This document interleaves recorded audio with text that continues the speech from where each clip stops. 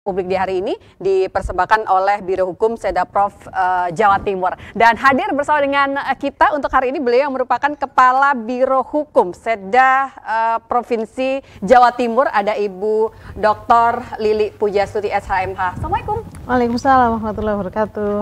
Alhamdulillah baik, Mbak Eli. Semangat sendu atau gimana ini rasanya, Ibu? Lagunya tadi sendu ya.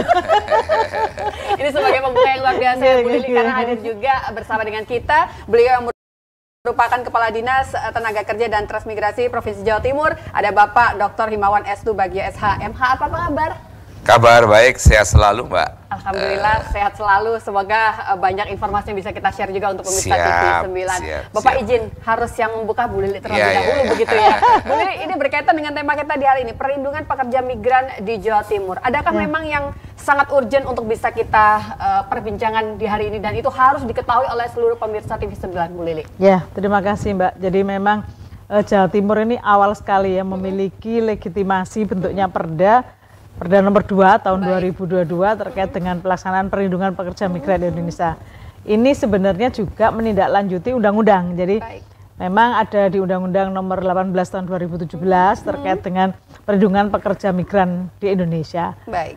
Sebenarnya Jawa Timur kalau masalah tenaga kerja itu sudah ada perdanya, tetapi khusus yang mengenai PMI ini baru di Perda 2. Jadi intinya di Perda 2 tentang perlindungan PMI ini khusus memberikan legitimasi bagaimana peran Provinsi Jawa Timur dalam memberikan perlindungan-perlindungan bagi para PMI itu sendiri.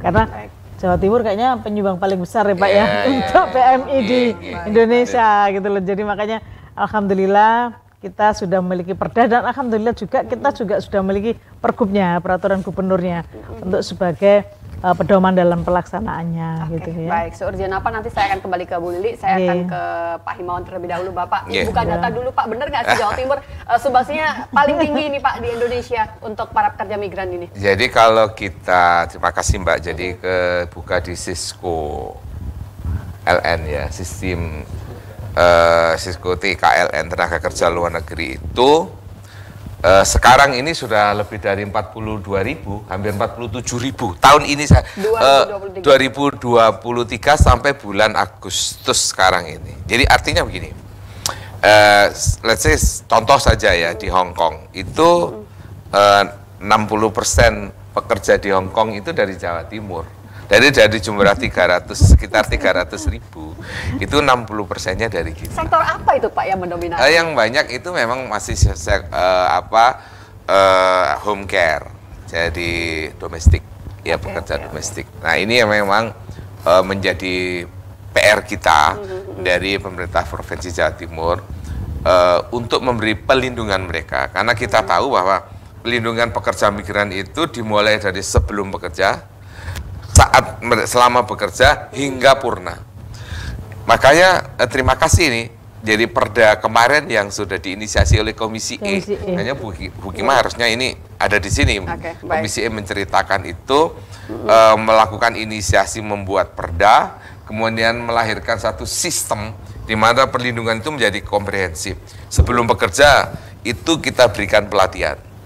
Di tahun 2021 itu dalam kondisi COVID, kita itu menganggarkan lebih kurang 10 miliar untuk pendidikan bagi tenaga kerja migran ke luar negeri yang dibayari oleh pemerintah provinsi. Jadi 0 rupiah. Nah ini supaya nanti menjadi pengetahuan bersama pendengar di sini, mohon ini menjadi akses untuk pelatihannya itu diproteksi oleh pemerintah provinsi, sehingga mereka proses pemberangkatannya, proses sampai di sana itu terjaga. Karena apa? Kita kan harus melindungi. Selama bekerja, siapa majikannya, kontraknya berapa lama. Jadi kalau ada pekerja migran sebelum berangkat, belum tahu siapa tuannya, siapa yang mengontrak, berapa lama kontraknya, saya pastikan itu ilegal. Dan ini berbahaya untuk pekerja sendiri dan merepotkan negara, Mbak. Oleh sebab itu, siapapun ya yang ada di ruangan ini atau yang mendengarkan hari ini, terima kasih TV 9, terima kasih sudah menghadirkan saya. ini sosialisasi luar biasa. Betul. Jadi kalau ada orang menawari pekerja ke luar negeri, apalagi gratis, tidak bayar, itu pasti ilegal. Karena kalau yang legal masih tetap ada beberapa poin yang harus mengeluarkan. Tambahnya bukan soal uang saja. Majikannya jelas. Kontraknya berapa lama?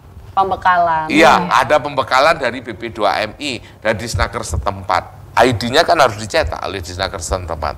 Jadi kalau ada pekerja migran itu tidak nyetak ID melalui kantor-kantor resmi pelayanan, patut waspada. Itu pasti waspada, itu pasti ilegal dan repot di belakang. Pak Himawan, sebenarnya kita ini boleh menganggap ini sebuah aset kah atau sebenarnya PR? Ketika kita bilang Jawa Timur jumlahnya cukup tinggi untuk para pekerja migran, Pak, yang ada di luar negeri. PR atau aset? Aset menurut saya. Sebab itu kalau pemerintah hadir sudah betul itu. Kalau itu aset, bagaimana dengan pemberitaan di luar kalau banyak sekali problem yang harus diselesaikan berkaitan dengan itu, Pak? Jadi saya ingin sampaikan, kalau saya ngomong 70.000, itu yang 100.000 hampir 1,5 kali itu banyak yang berangkat ilegal, Mbak. Jadi itu yang harus kita ketahui bersama. Itu yang harus kita jaga. Nah, siapa yang harus menjaga? Tentu nggak mungkin lah. Pemerintah provinsi sendiri nggak mungkin. Lalu kabupaten juga nggak mungkin. Semua stakeholder. Pak Kades, Pak Babinsa, Babinmas. Jadi kalau ada warganya itu minta surat keterangan, Pak aku mau pergi ke luar negeri. Takoni sih, bro. Juraganmu sopo? Kontrakmu berapa lama? Itu pertanyaan mematikan. Yang paling berhadapan langsung. Itu pertanyaan mematikan, Mbak. Begitunya. Ini kontraknya berapa lama? Siapa dan di mana kontrak itu dilakukan? Perusahaannya apa? Itu pasti mematikan sudah. Pasti nggak bisa jawab itu kalau ilegal. Baik, gitu, baik. Ya. Nanti berkaitan dengan kenapa praktik ilegal itu masih sangat marak terjadi di Indonesia, khususnya Jawa Timur. Saya akan coba tanyakan nanti pada Ibu Dewan kita, begitu ya. Kita simpan dulu. Saya beralih balik ke Bu Lili. Ibu, kenapa kalau tadi sudah dikatakan kita sangat bersyukur Jawa Timur sudah menginisiasi banyak sekali aturan-aturan yang harapannya bisa melindungi para pekerja migran kita. Nah, itu apa sih Bu? Adakah mungkin paling tidak alasan khusus di belakang itu sampai akhirnya memang kita butuh akan aturan baru itu, Bu Lili? Ya, selain tadi ya untuk menindaklanjuti undang-undang, peraturan daerah ini nomor 2 tahun 2022 dan sekaligus ada peraturan gubernur nomor 2 tahun 2023, itu tujuannya pertama satu, memberikan legitimasi kepada bapak kita ini, ya bapaknya para pekerja migran, untuk melakukan segala upaya kreativitasnya untuk melakukan pencegahan dan mengubah pola masyarakat yang tadinya seneng yang ilegal itu loh, karena kan kalau yang legal itu kan memang ada proses administrasi ini kan. Nah, ini bagaimana Pak Kadisnaker ini bisa memberikan kreativitas bentuk nanti aplikasi lah, kemudahan itu. Ini legitimasinya. Selain legitimasi dalam kewenangan juga legitimasi dalam penganggaran ya Pak ya, karena itu kan butuh anggaran. Satu. Kedua, kemudian juga memberikan hak kepada masyarakat untuk apa? Untuk berpartisipasi juga kepada stakeholder lainnya yang tadi disebutkan, mulai dari kelurahan, kemudian Babinsa, kepolisian, semuanya berpartisipasi. Itu kan perlu ada aturan. Kalau orang nggak ada aturannya, nah inilah kemudian dibuatlah itu. Jadi kami kebetulan itu memang inisiatif dari Dewan yang ini cukup lama ini juga dibahasnya waktu itu. Dan perjalanan perda ini sudah cukup panjang.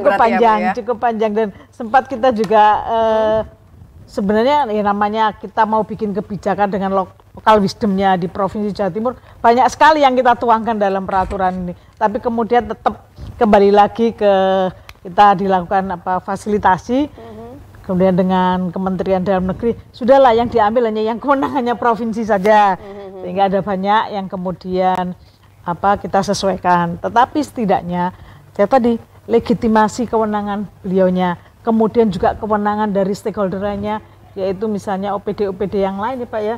Ada banyak kan, tidak hanya Disnaker saja, tapi juga ada nantinya Dinas Pemberdayaan Perempuan dan Anak atau apapun. Banyak yang saling berkaitan.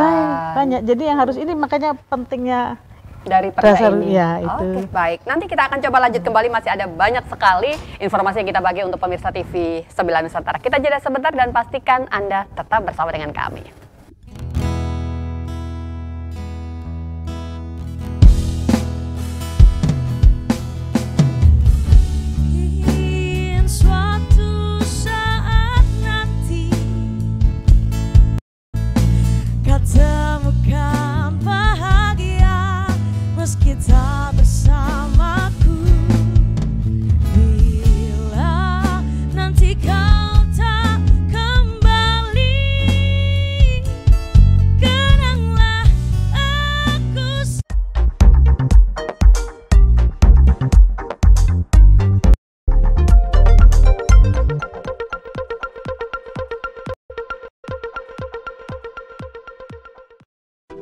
Gangguan radang sendi bisa terjadi dan menyerang siapapun, khususnya orang dewasa.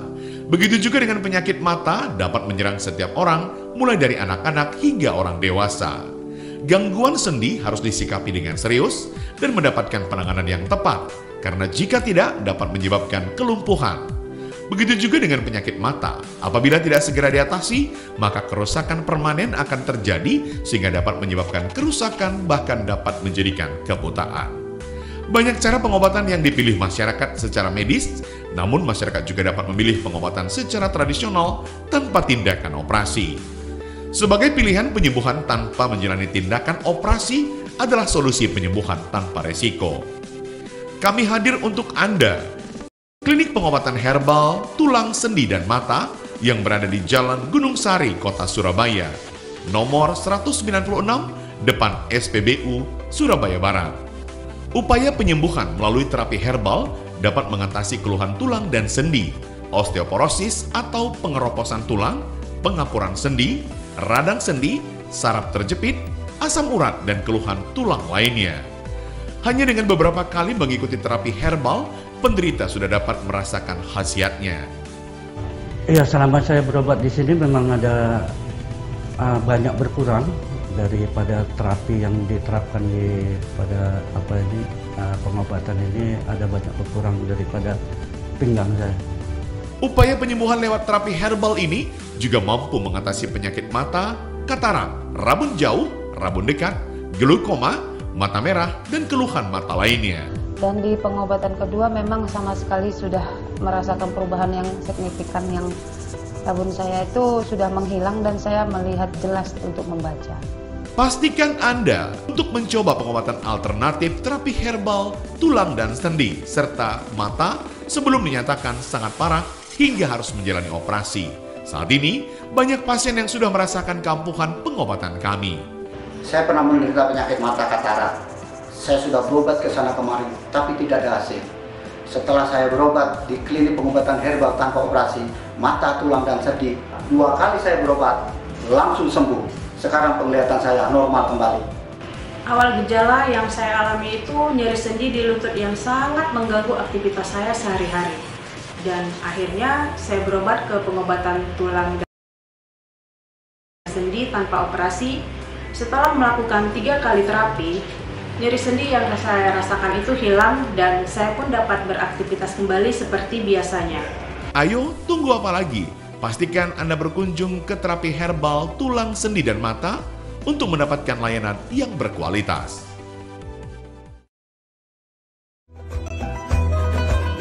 Pada Islam diturunkan untuk menegakkan hukum. Bangsa opo ae, turunan opo ae, gak pandang. Wong ewonan triliun kekayaan. Tapi kenapa banyak orang gak makan?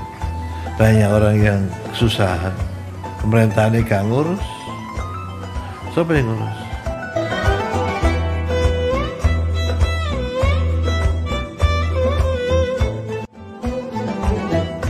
Ilmu adalah sesuatu yang mendahului apapun. Dawuh Gusti Allah Subhanahu wa taala, fa'lam annahu la ilaha illallah wastaghfir li dzambika walil mu'minina wal mu'minat. Menunjukkan bahwasanya ilmu nikah lebih ngadek daripada tikeran. Ilmu lebih ngadek daripada amal ben seterusnya.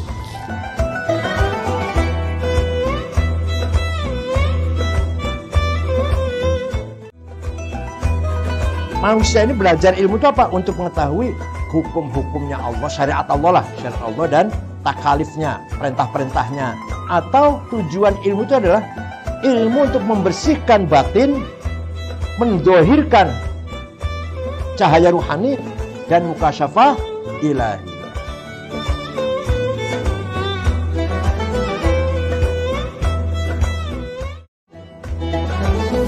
Sapa wonge sing ngerti awake ya ngerti pangerane, kunci niku.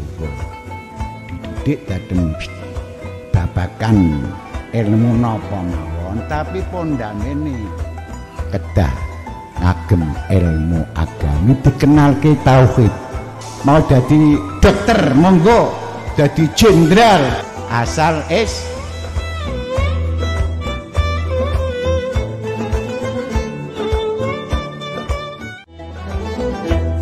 swarga kuwi tanahe luas, tandurane kuwi subhanallah walhamdulillah. Maknane apa? Sopo-sopo sregep wiridne subhanallah alhamdulillah di dunia sama dengan menanam tanaman di surga.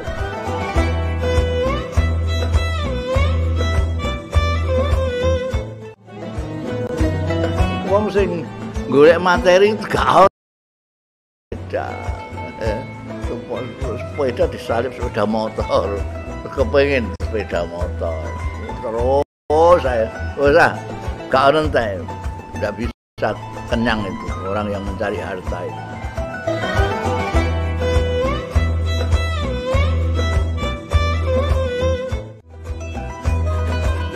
Padahal Islam diturunkan untuk menegakkan hukum. Bangsa opo ae, turunane sapa ae, gak pandang. Wong ewonan triliun kekayaan. Tapi kenapa banyak orang gak makan? Banyak orang yang kesusahan. Pemerintahannya gak ngurus. Siapa yang ngurus?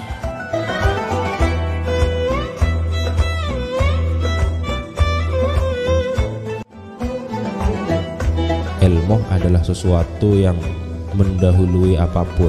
Dawuh Gusti Allah Subhanahu wa taala, fa'lam annahu la ilaha illallah astaghfir li dzambika walil mu'minina wal mu'minat. Menunjukkan bahwasanya ilmu nikah lebih ngadek daripada tikeran. Ilmu lebih ngadek daripada amal ben seterusnya.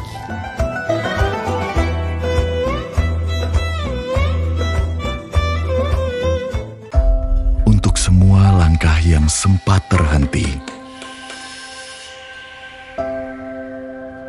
untuk semua langkah yang sempat terlewati,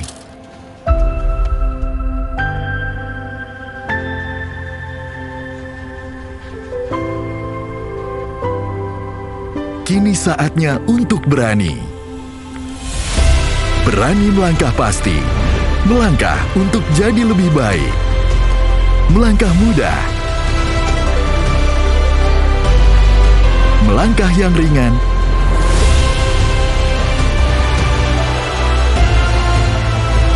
dan melangkah lebih berkah.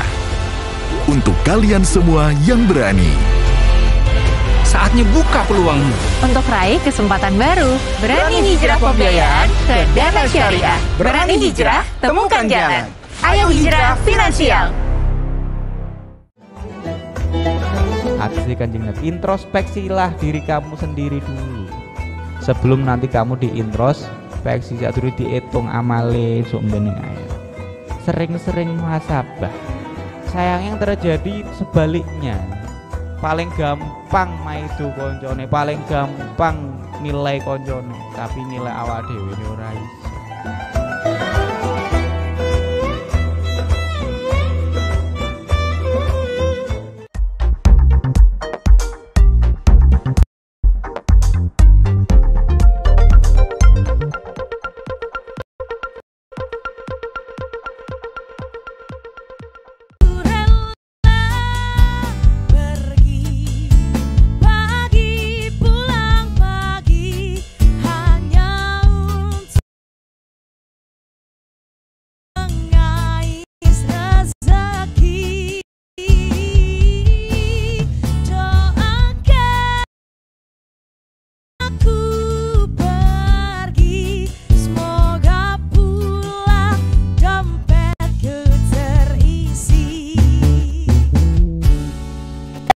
Baik, terima kasih Anda yang masih bersama dengan kami pemirsa TV 9 Nusantara, yang tentunya kita masih bersama untuk program Ruang Publik, di mana hari ini kita berbincang mengenai perlindungan pekerja migran di Jawa Timur, dan akan makin lengkap karena di segmen ini sudah hadir beliau merupakan Wakil Ketua Komisi E DPRD Provinsi Jawa Timur, ada Ibu Hikmah Befakih MPD. Assalamualaikum. Waalaikumsalam warahmatullahi wabarakatuh. Sorry, ini yang terlambat. Punya aturannya. Oh enggak, aturannya milik masyarakat. kreatornya begitu ya Bu ya. Berarti saya boleh tahu Bu Hikmah, ini tentunya saya mohon izin Bu Lili dan juga Pak Himawan kita ngobrol dulu dengan Bu Hikmah, karena memang Bu Hikmah harus mencari tahu perjalanan panjang sampai akhirnya ini lahir untuk seluruh pekerja migran atau juga mungkin seluruh warga di Jawa Timur. Bagaimana Bu Hikmah? Monggo bisa langsung saja. Terima kasih. Pekerja migran Indonesia yang ada di Jawa Timur itu banyak. Baik. Dengan segala fenomena susah senangnya ya. Orang selalu melihat pekerja migran itu dari sisi minus ya Mas ya, Pak Himawan, padahal pekerja migran yang sukses dan kemudian bisa mengembangkan ekonomi keluarganya juga banyak, mengangkat ekonomi daerahnya juga banyak. Di beberapa titik di Kabupaten Tulungagung, Malang, Blitar dan sekitar yang merupakan basis-basis pekerja migran, desa-desa yang semula miskin menjadi desa berdaya karena remiten dari buruh migran yang bekerja ke luar negeri ini juga banyak. Nah, tapi kisah-kisah sedihnya di mana mereka tidak cukup terlindungi juga banyak. Apalagi kalau kemudian berbicara tentang yang ilegal ya.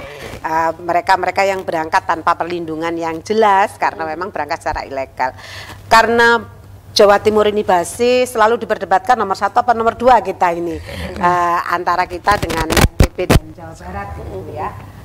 Artinya tentu harus ada aturan selevel daerah, peraturan daerah yang kemudian mencoba menerjemahkan undang-undang terkait ya, agar kemudian lebih jelas lagi komitmen pemerintah provinsi ini terhadap pelindungan pekerja migran itu seperti apa.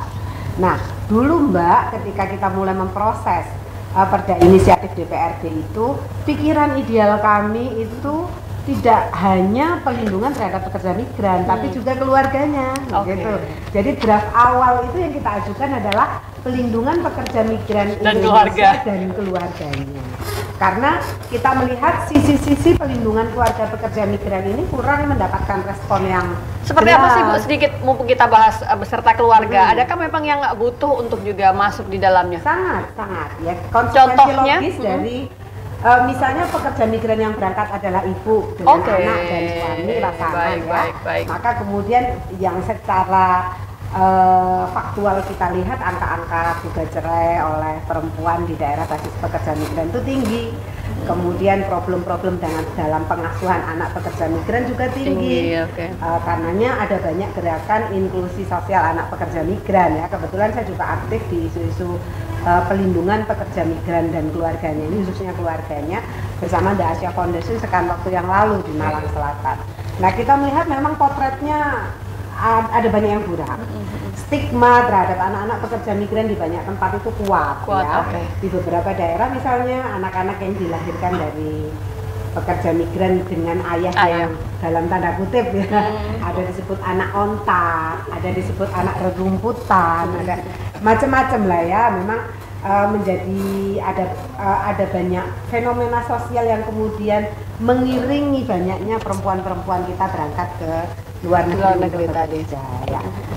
Apalagi sekali lagi apalagi ketika mereka memilih untuk berangkat secara ilegal. Jadi karenanya regulasi ini di level perda ini apakah penting? Sangat penting, karena undang-undang itu kan lebih umum sifatnya. Perda ini bermaksud untuk secara atributif menerjemahkan beberapa variabel komitmen pemerintah di level provinsi Jawa Timur untuk ikut menangani dan melindungi, kira-kira begitu. Kalau tadi Bu Hikmah menyebutkan inginnya awalnya itu beserta dengan keluarga, tapi ternyata sampai dengan perjalanannya sayangnya apa yang terrealisasi oleh Bu? Kemendagri kemudian di-cut ya.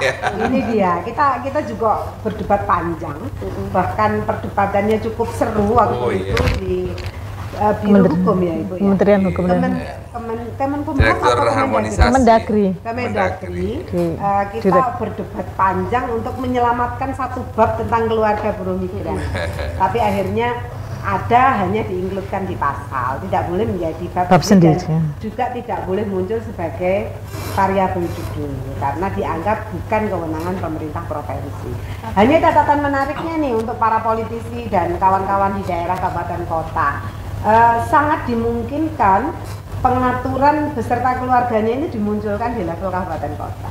Dan di Malang sudah punya gitu ya, bahwa pelindungan pekerja migran dan keluarganya itu boleh diatur di level perda di kabupaten. Kalau provinsi lolos itu artinya bisa masuk ke kabupaten kota masing-masing. Biasanya begitu harusnya.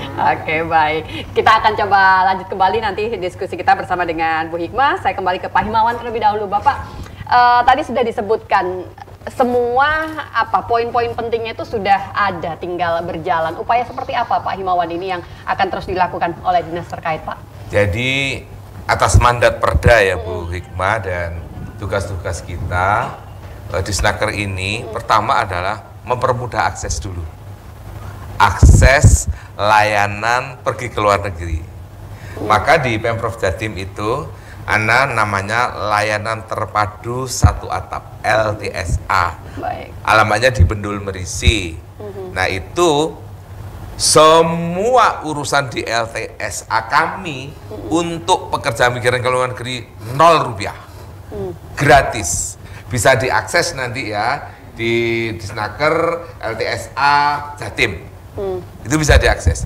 Monggo konsultasi online, monggo tanya persyaratan ke luar negeri apa, silahkan melalui akses ini. Dan terima kasih dengan Perda ini penguatan eksistensi kami itu lebih kuat. Sehingga di tahun 2019 kami ini, LTSA kami ini sudah menang di kompetisi layan publik dunia. Ya, waktu itu kami ikut lomba. UNPSA, United Nations Public Service Awards, sehingga kita menang, kita presentasi di Azerbaijan waktu itu. Kebetulan saya sudah jadi kadis, jadi saya berangkat ke sana menyampaikan apa kelebihan layanan-layanan kita itu accessible dan zero. Jadi Rp0. Oleh sebab itu melalui kesempatan ini terima kasih. Nanti TV 9 boleh mengulang-ulang statement saya ini menjadi pengetahuan publik. Bahkan kami itu menyediakan pelatihan yang di sana. Ada anggaran yang disediakan oleh DPRD kepada Disnaker untuk melatih gratis juga pekerja migran. Tahun ini kita sudah menyiapkan semuanya mulai tahun ini. Jadi setelah pandemi ini terima kasih kami diminta untuk melakukan pelatihan-pelatihan itu sehingga kita urus semuanya dengan Pak, selain melalui media, Pak Himawan, cara apa sih Pak yang sudah ditempuh agar memastikan informasi seperti yang Bapak sampaikan tadi terdistribusikan dengan baik kepada masyarakat? Kami dengan dana terbatas memang sudah melatih di sentral-sentral, misalnya di Kabupaten Malang itu mengumpulkan pada tingkat kecamatan. Jadi Babinmas, Babinsa, kemudian Kades, untuk kita beritahu, Pak, mohon warganya yang mau pergi ke luar negeri diidentifikasi. Jika mereka minta seperti apa, tolong ditanya ini. Jadi tool pertanyaan itu sudah kita lakukan. Memang ini belum menyeluruh. Yang kedua, kami berharap sebenarnya kabupaten kota itu membuat lembaga yang sama seperti yang kami punya, mereplikasi. Dan kami sudah tawarkan kepada pemimpin-pemimpin di daerah melalui Kadisnaker tentunya nanti Bu Hikmah bisa menyuarakan melalui dewan setempat supaya misalnya ini saya sebut aja deh, Kabupaten Malang itu perlu punya LTSA yang seperti kami punya, jadi nggak jauh-jauh ke Surabaya gitu, Tulungagung, perlu di Madura itu perlu supaya kalau mau berangkat ke luar negeri nggak harus ke Surabaya tapi punya layanan terpadu satu atap pekerja migran di kabupaten itu. Karena seperti yang kami dengan punya. Mempermudah itu artinya juga mempersempit jalur yang ilegal tadi dan mendekatkan akses layanan itu penting. Kami dapat penghargaan, Mbak. Kami belikan mobil layanan, mobile layanan. Itu juga berangkat kemana-mana ini. Daerah mana yang butuhkan dipotret di situ, dilayani di situ, berangkat mobil kami. Jadi artinya memang upaya itu yang harus kita sediakan untuk melayani warga kita supaya mereka tidak merasa kesulitan. Oke, ketika membutuhkan akses informasi tadi. Baik, nanti kita akan coba lanjut kembali dan pastikan Anda tetap bersama dengan kami untuk program Ruang Publik.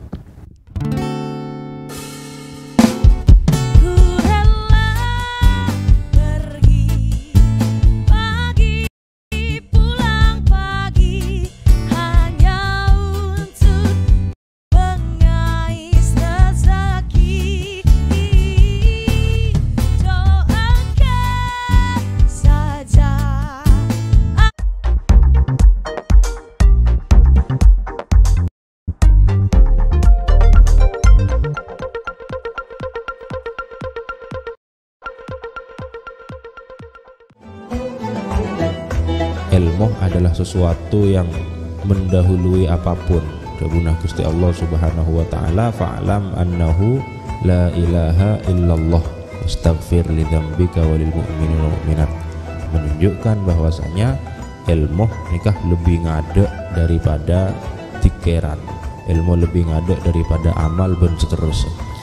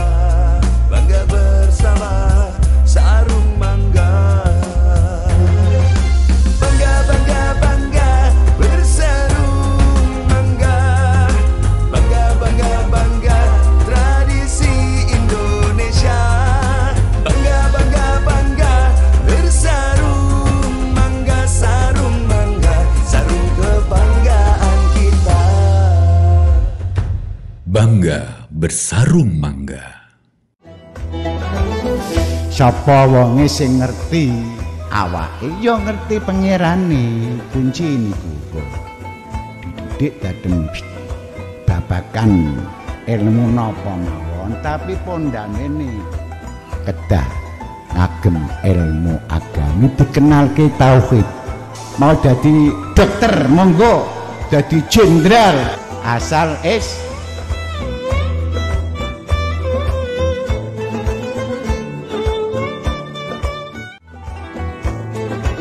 Setiap orang itu kepengen masuk surga apa tidak?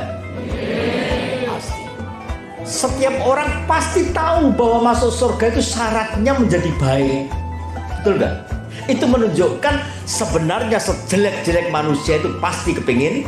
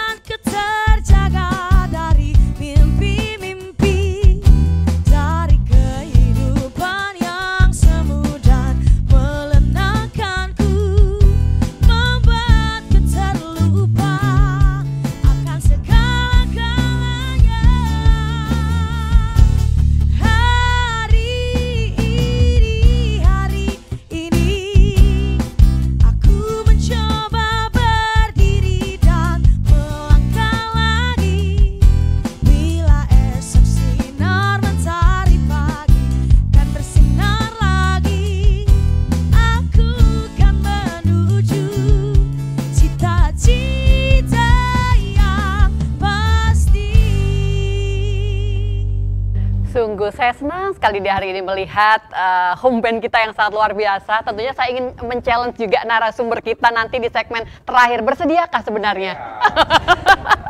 Sama dulu, kita belum di segmen terakhir. Bu Lili, saya ingin kembali ke Anda. Ibu, dengan memfasilitasi lahirnya Perda ini sebenarnya kan lebih bertujuan pada pemenuhan hak para pekerja migran. Sebenarnya itu yang mencakup apa saja sih Bu kalau bicara tentang hak para pekerja migran itu sendiri, Bu Lili?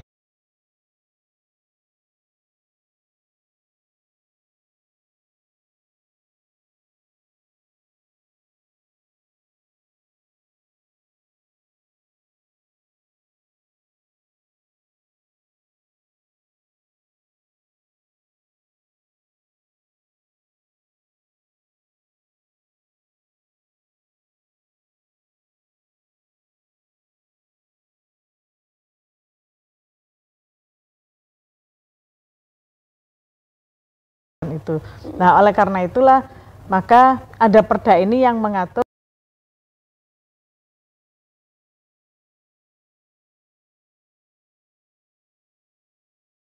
kan ada keamanan, keselamatan maupun tujuannya adalah melakukan peningkatan hidupnya itu dengan melakukan jadi bekerja di negara asal. Iya, itulah karena itu. Makanya di sini ada perlindungan itu juga nanti ada perlindungan hukumnya. Baik mereka mau berangkat sampai pulang, kemudian perlindungan hukumnya, perlindungan sosialnya, ekonomi, dan bagaimana dengan keluarga. Tadi sebenarnya memang di nomenklatur judul itu dihilangkan sih sama Kemendagri, tapi di isinya masih ada. Jadi di isinya masih ada. Sebenarnya masih bisa menyentuh. Masih bisa menyentuh. Jadi oleh karena itu kan makanya tadi Perda ini memberikan legitimasi kewenangan kepada Disnaker Trans, kemudian kepada mungkin juga di pemerintah pemberdayaan desa, karena di situ kebetulan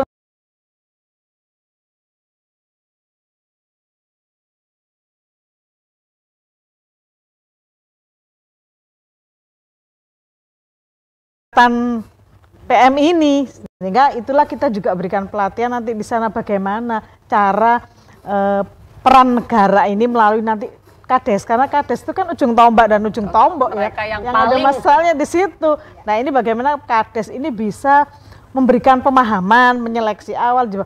Kalau kamu pergi menjadi PMI, jadi yang legal, jangan yang ilegal, karena dampaknya mungkin nanti di belakang ada masalah yang besar. Itu yang kita juga masukkan, ini kan hak-hak semua. Jadi tidak hanya kita ini ngatur-ngatur, tapi bagaimana upaya pemerintah ini memfasilitasi memfasilitasi pemenuhan hak mereka supaya tetap aman sejahtera untuk keluarganya. Baik. Saya geser ke Bu Hikmah. Ibu, realita di lapangan itu seperti apa sih Bu? Kalau Ibu mungkin sempat terjun langsung ngobrol begitu ya, mungkin di beberapa daerah di Jawa Timur yang mayoritas banyak penduduk mereka itu yang menjadi pekerja migran itu, Bu. Ya, kondisi. Karena saya ini pemerhati perempuan anak ya, maka konsentrasi saya itu memang kalau boleh memilih sebetulnya perempuan-perempuan dengan anak yang masih kecil sebaiknya enggak lah, sebaiknya enggak.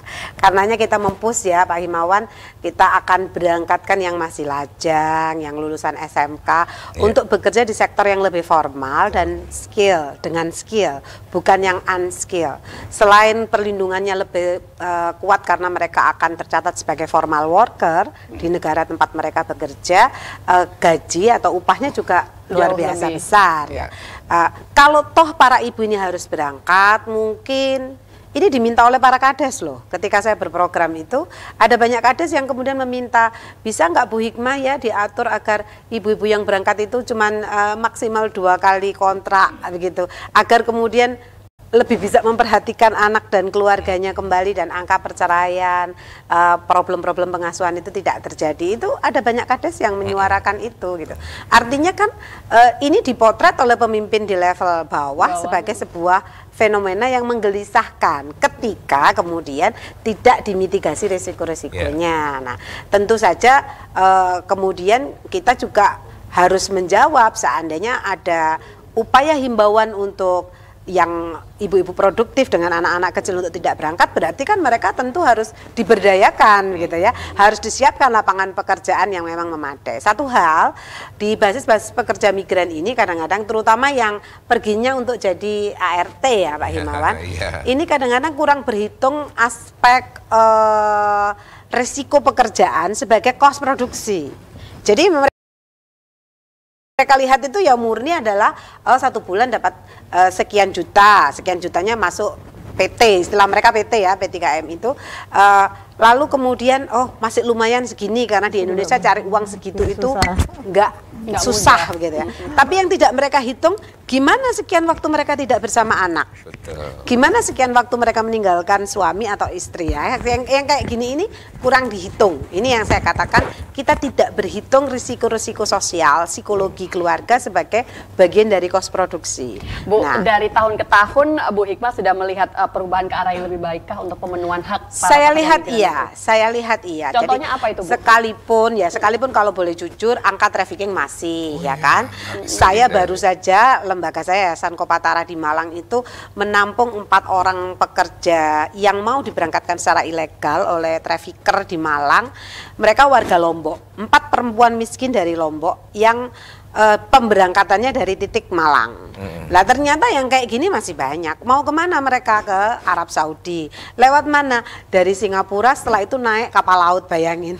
Jadi luar biasa kendele ya para trafficker ini. Nah, mengapa tidak ada efek jera? Ya karena aspek penegakan hukumnya harus diperkuat. Untuk trafficking ada undang-undang TPPO yang sudah jelas, itu harus ditegakkan.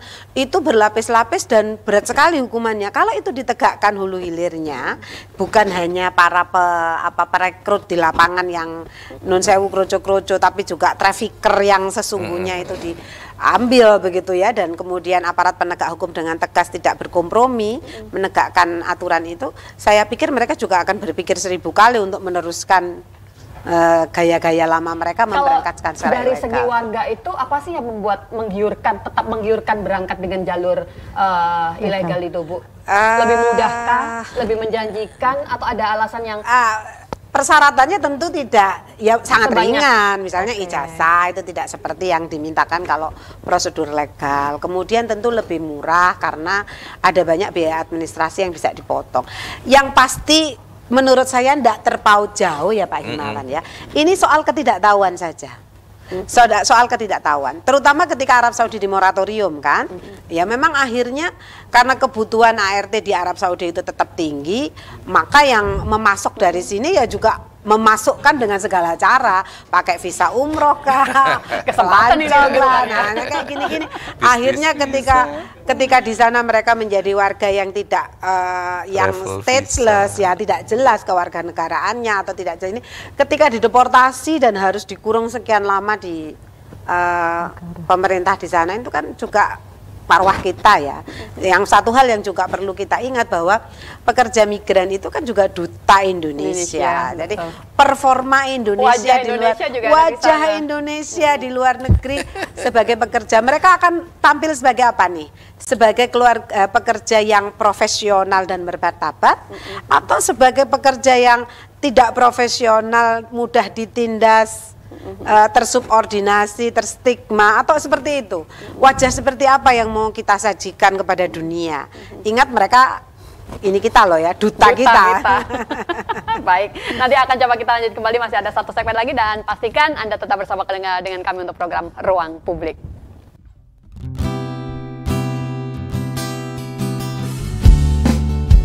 Sama bayanganmu kasih,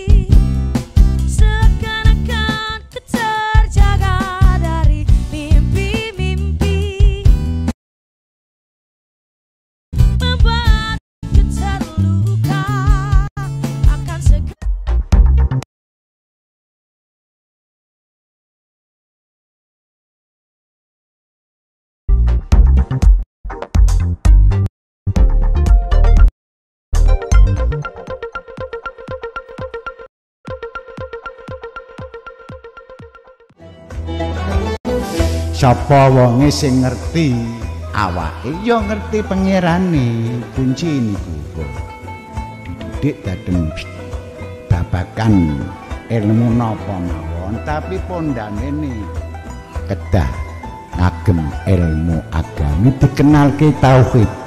Mau jadi dokter monggo, jadi jenderal asal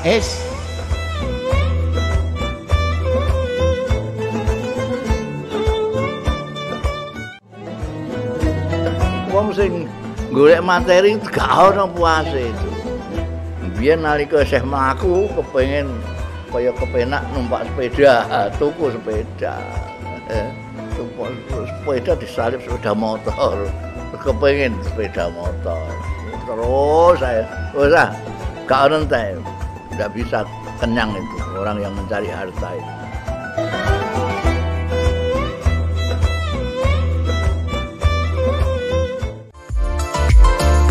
Kalau ditanya bagaimana kreatif, pilihannya mau kreatif dulu atau enggak? Berkreasi. Karena kamu ingin berkreasi, pada akhirnya kamu menjadi harus kreatif. Nah, karena itu teman-teman, mulai dari sekarang paksakan diri, terus kreatif, jangan malas. Ayo, terus berkarya dan terus menulis.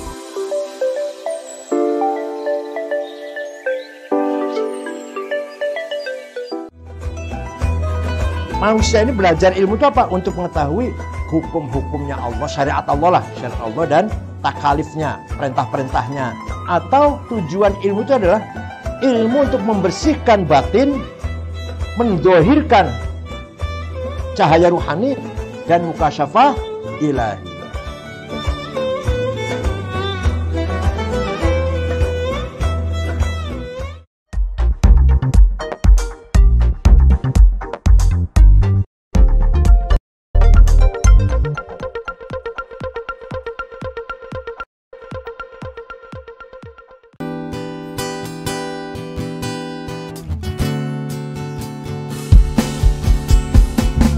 Bapak-bapak siapa yang punya anak bilang aku yang tengah malu sama teman-temanku karena cuma diriku yang tak laku-laku.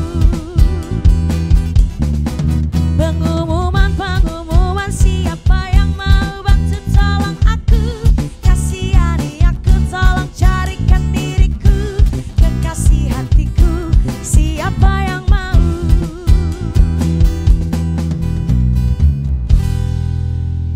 Anda yang masih bersama dengan kami pemirsa untuk program Ruang Publik di hari ini masih kita berbincang begitu ya mengenai perlindungan pekerja migran di Jawa Timur. Pak Imawan, saya geser ke Anda.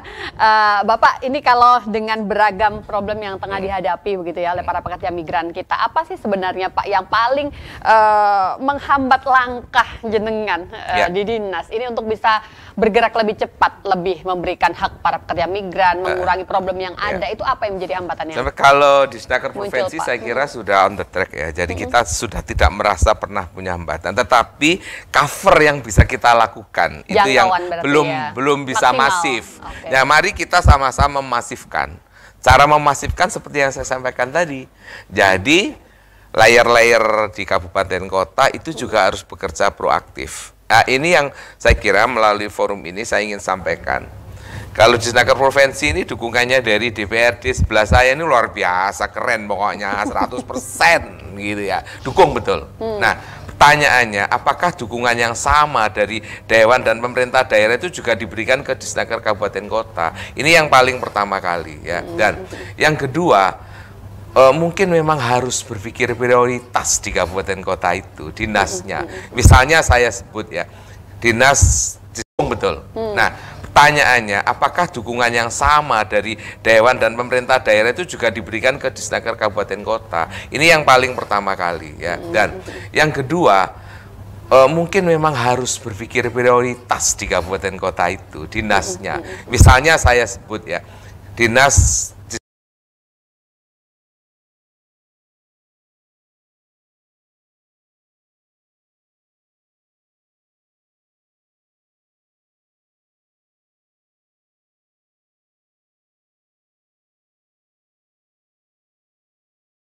Kades kita berapa Bu Lili desanya Bu? 7.000. Disnaker, sistem, akses, kemudian semua model, layanan yang kami punya, kami siap menjadi mentor gratis bagi kabupaten kota yang akan mereplikasi yang kami punyai. Gitu. Jadi ini bagian menjadi apa ya, satu motivasi saya untuk terus memasifkan ini. Karena bayangkan ya, pekerja migran itu adalah terbesar kedua loh remitennya di Indonesia. Iya, terbesar kedua di luar juga ya. Ini maka adalah sebuah tempat. Alhamdulillah di Ahmad Juanda itu sudah ada karpet merah untuk pekerja migran. Sudah ada. Jadi ada VIP gate untuk pekerja migran. Jadi tolong para pekerja migran nikmati VIP gate ini dengan berangkat resmi tentunya kan gitu. Dan percaya diri. Nah, kami sekarang juga melakukan namanya SSW. Specific Skill Worker. Seperti yang ini. Kami ingin bahwa warga Jatim khususnya berangkat itu bukan hanya pembantu rumah tangga. Tetapi juga pekerja-pekerja yang punya spesifik skill. Betul. Hingga kami buka Mbak sekarang. Jadi dari Taiwan kita buka. Orang Taiwan, lembaga Taiwan buka di Jatim. Jadi teman-teman nggak usah ragu kalau lewat ini, dilatih di sini, diberikan oleh lembaga ini ke Taiwan pasti resmi. Dari Jepang kami hadirkan juga sekarang layanannya ya Bu Hikmah. Jadi dengan membuka sektor-sektor baru itu harus dan ini bisa memperbaiki wajah kalau kata Bu Hikmah. Nah, kalau mungkin ini ada anggota-anggota dewan atau kepala daerah yang mau kampanye, yang ada konstituennya mau diberangkatkan dan dilatihkan di Disnaker, ya kita siap tampung lah gitu ya. Loh, bener ini. Dan jariahnya jelas kok, jariahnya kok. Kalau nggak, nah iya, ada syaratnya. Iya, dan jariahnya jelas ini. Jadi bukan politik uang ini, tetapi ini jariah yang jelas, mengangkat harkat martabat, menghindari kemiskinan. Baik, Bu Hikmah, saya geser ke Anda closing program, Bu. Apa mungkin yang bisa disampaikan poin-poin penting yang belum? Ya, yang tadi itu kan yang disampaikan Pak Himawan itu membangun awareness pemerintah di semua level ya, di tingkat desa misalnya. Dulu di era lama kepala desa itu banyak yang jadi PL, ini bukan rahasia. Dulu, tapi sekarang alhamdulillah itu sudah tidak lagi populer ya, karena memang menjadi perekrut itu ternyata lumayan menggiurkan ya, per orang itu bisa sampai 4-5 juta itu untuk mencari pekerja yang sudah lengkap administrasi dan perizinan dari keluarga. Cuman hari ini alhamdulillah awareness di level desa sudah cukup bagus. Misalnya nih kepala desa di basis itu punya komitmen untuk membangun perdes migrasi, yang dengan perdes migrasi itu memastikan siapapun yang keluar dari desa itu untuk bekerja itu jelas kemana, oleh siapa, dibawa siapa, yang bawa siapa, hingga kemudian ini juga mencegah problem-problem pemberangkatan secara ilegal. Lalu kemudian di level daerah, nah ini mohon nih bupati ya, yang memang daerahnya adalah basis pekerja migran, LTSA kita ini siap, tinggal direplikasi, infrastrukturnya sudah ada, sebagai mentor insya Allah provinsi siap.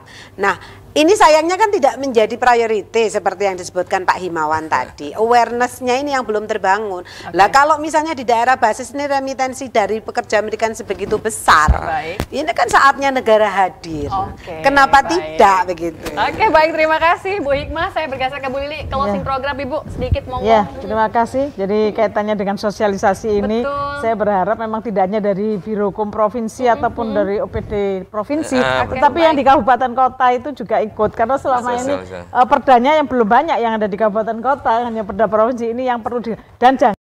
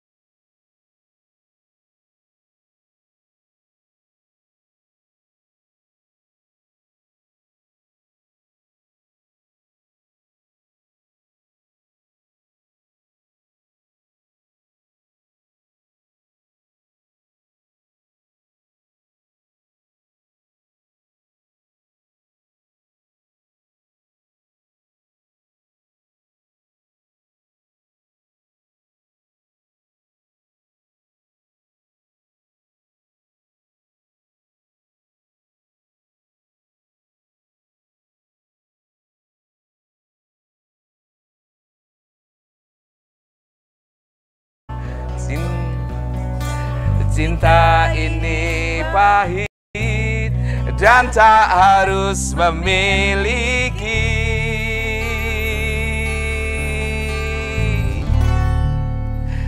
Jika aku